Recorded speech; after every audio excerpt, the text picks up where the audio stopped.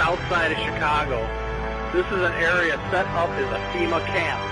This small enclosed portion of this camp is designed solely for the purpose of maintaining people who are against the current administration.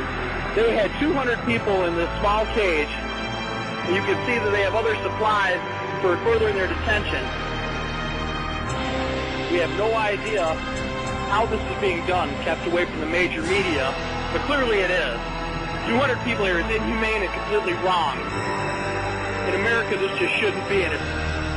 Or facilities that have other uses, but which could be quickly used to detain large numbers of people, such as this Amtrak facility in Beech Grove, Indiana. It also has these electronically operated turnstiles. In this portion of the parking lot is a brick building, suitable for processing, next to a gate that leads right out to the railroad tracks. And all of this is contained inside a fully fenced area, now 3 layers deep in fencing at this point.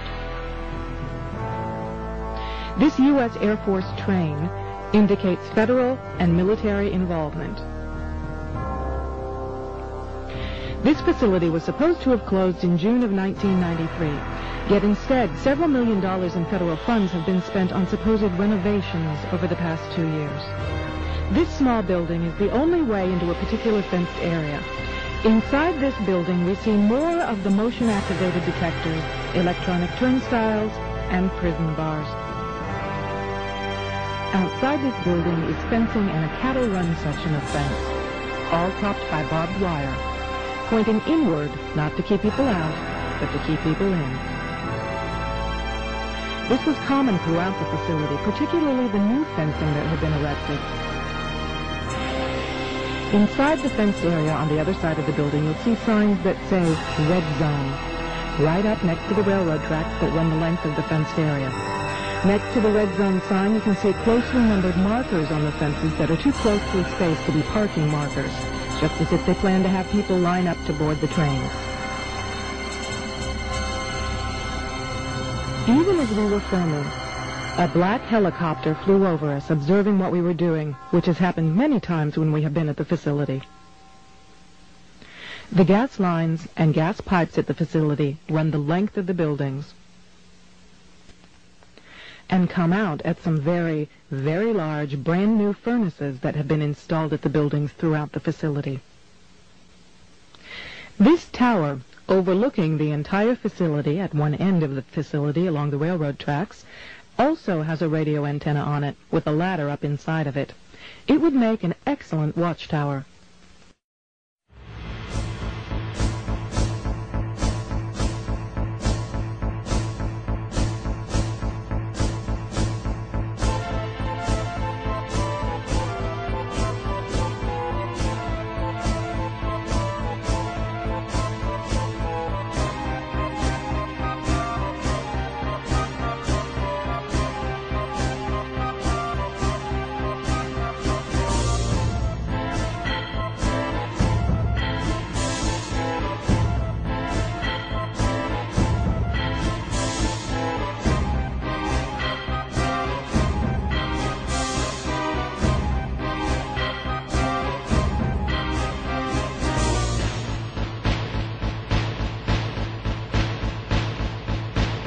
Well, Walmart, after the 9/11 attacks on the World Trade Center and Pentagon, they apparently decided that they needed to have a bunker.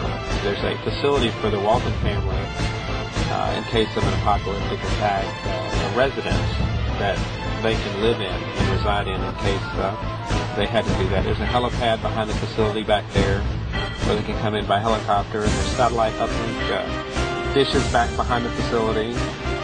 And most of it is underground, as you can see. You can't really see much from the gate, which is all fortified.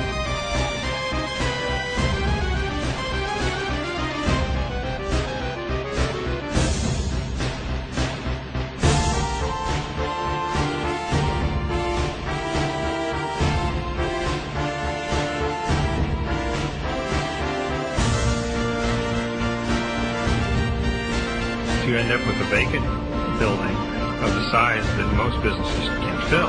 So you have a huge building that sits vacant for months and years.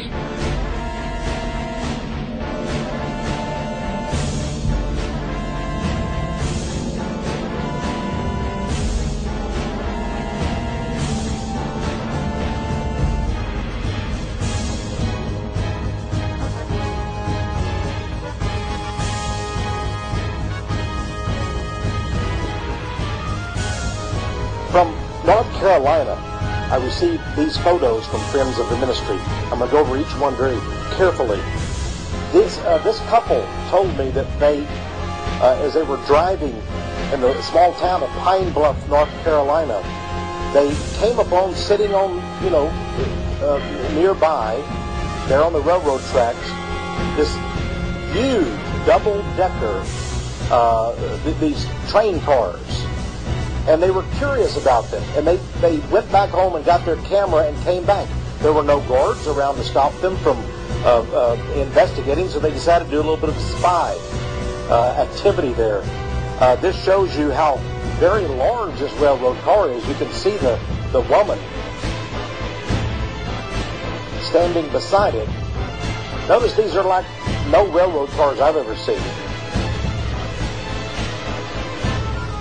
We managed to take a picture through a crack of the inside of the railway car. Notice the chains. They appear to look like shackles. I want you also, my friends, to see what appear to be seats or benches on either side. My friends, if this was a cattle vehicle, cattle don't need padded benches, do they? This looks like this is going to transport human beings. She said also, the cars are well vented. They have lots of air holes.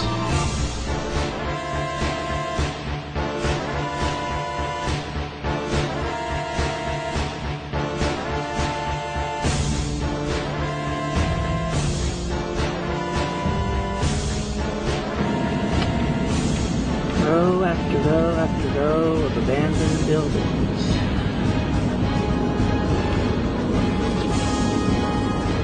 And ever more housing sitting here, waiting for something to happen.